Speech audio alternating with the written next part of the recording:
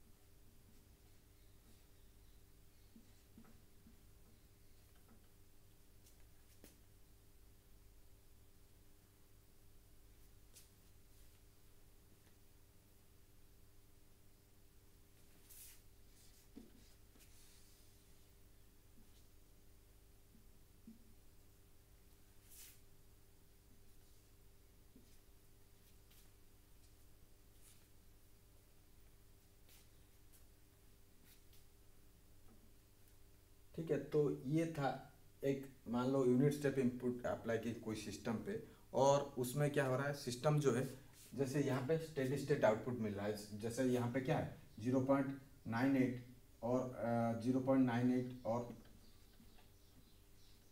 98% of the maximum value, और 95 to 98 generally बोलते हैं, 95 टू 98% यहाँ पे हम अचीव कर दे रहे हैं। तो ये जो है, ये इसके बाद जो है आउटपुट कांस्टेंट हो जाता है और इसको बोलते हैं steady state output. Before that it is called transient response. ठीक है, तो यहाँ पे डिफरेंट पैरामीटर हम कैलकुलेट करेंगे, कैसे कैलकुलेट करते हैं और इस पैरामीटर को कैसे डिफाइन करते हैं।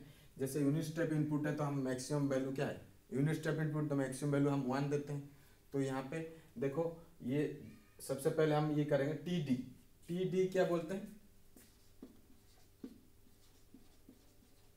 Delay time. तो डिले टाइम मतलब क्या है, delay time it is the time required for the system to reach 50% of the maximum value at the first time.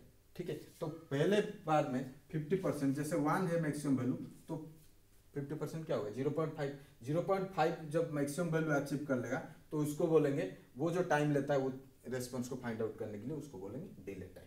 Then आ गया राइज टाइम। राइज टाइम क्या है, rise time it is the time taken by the system to reach 0 to 100% in case of under-damped system, under-damped response, and 10 to 90% in case of over-damped system. ठीक है, तो response 10 to 90% के over damped response के case में, और 0 to 100% under damped के case में जब अचीव कर देता है तो उसको बोलते हैं राइज टाइम। ठीक है, तो यहाँ पे राइज टाइम देखो, ये जब मैक्सिमम वैल्यू क्या है 1, ये क्या है, ये एक टाइप का अंडर डैम्प्ड सिस्टम है। ठीक है, तो ये इस केस में हमें मैक्सिमम वैल्यू कब मिल रहा है, और ये इसका फॉर्मूला है राइज टाइम का, T R equal to pi minus 5 divide by omega D.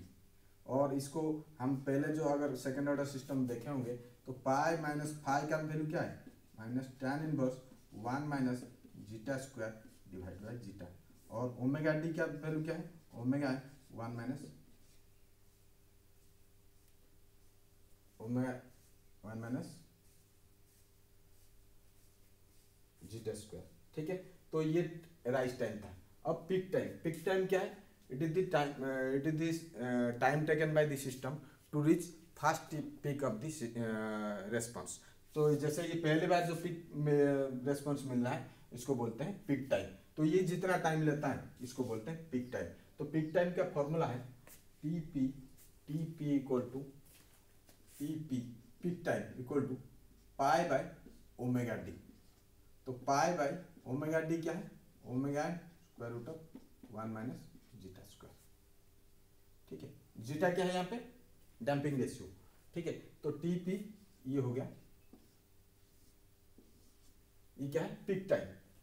और सेटलिंग टाइम जनरली जब कोई भी सिस्टम है वो 40 कब स्टेडी स्टेट मिलता है? जब 98% of the maximum value achieve कर देता है और वो लेता है 4 टाइम कांस्टेंट लेता है और बोलते हैं 40। तो सेटलिंग टाइम को हम ये करते हैं TS equal to 4 by zeta omega.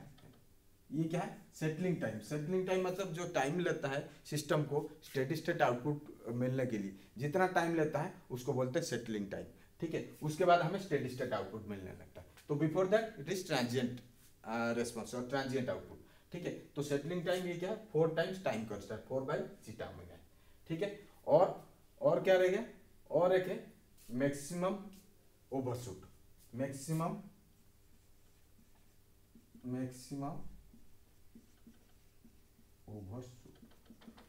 Overshoot क्या है? इसको डिनोट करते हैं M capital M subscript P. तो मैक्सिमम ओवरशूट जो है एम पी इक्वल टू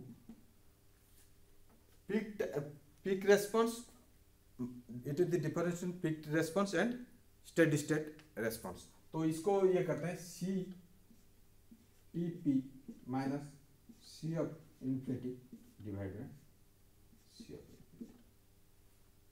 ठीक है। और परसेंटेज में इसको ये करते हैं C T P minus C of infinity divide C of infinity into 100 maximum percent overshoot, ठीक है। और इसको मैथमेटिकली अगर कैलकुलेट करेंगे M P equal to E to the minus pi zeta divide by 1 minus zeta square का square root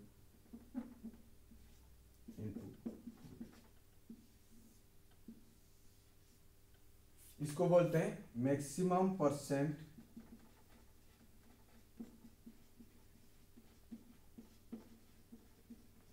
overshoot.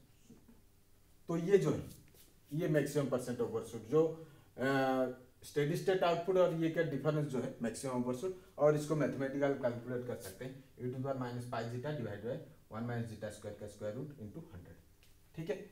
और एक है एरर सिग्नल कैसे फाइंड आउट करते हैं? It is the difference between actual response minus desired output, actual input divide by desired output. जैसे E of T हम पहले भी कैलकुलेट किए थे, आर ऑफ टी माइनस क्या होगा सी, ठीक है।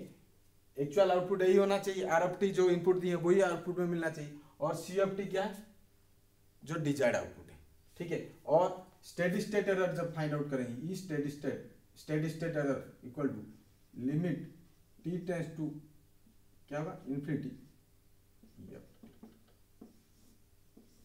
ये steady state error find out करने के लिए टी टेंड्स टू इन्फिनिटी के केस में एरर सिग्नल क्या है और उसको बोलते हैं स्टेडी। जैसे इस केस में ये जैसे 95 to 98% अचीव कर लिए, उसके बाद अगर कोई एरर एग्जिस्ट कर रहा है तो वो स्टेडी स्टेट एरर। तो यहाँ पे स्टेडी स्टेट एरर एग्जिस्ट करता है। अगर सिस्टम ऐसे हो जाता, मान लो ये जो है ये अगर ऐसे हो गया फिर हो जाता, तो यहाँ पे इसका मतलब ये स्टेडी स्टेट एरर नहीं है। लेकिन इस केस में स्टेडी स्टेट एरर है। जब 95 to 98 और 98% ऑफ द मैक्सिमम वैल्यू जब हो जाता है और उसके बाद अगर एरर एग्जिस्ट करता है वो स्टेडी स्टेट एरर कहलाता है।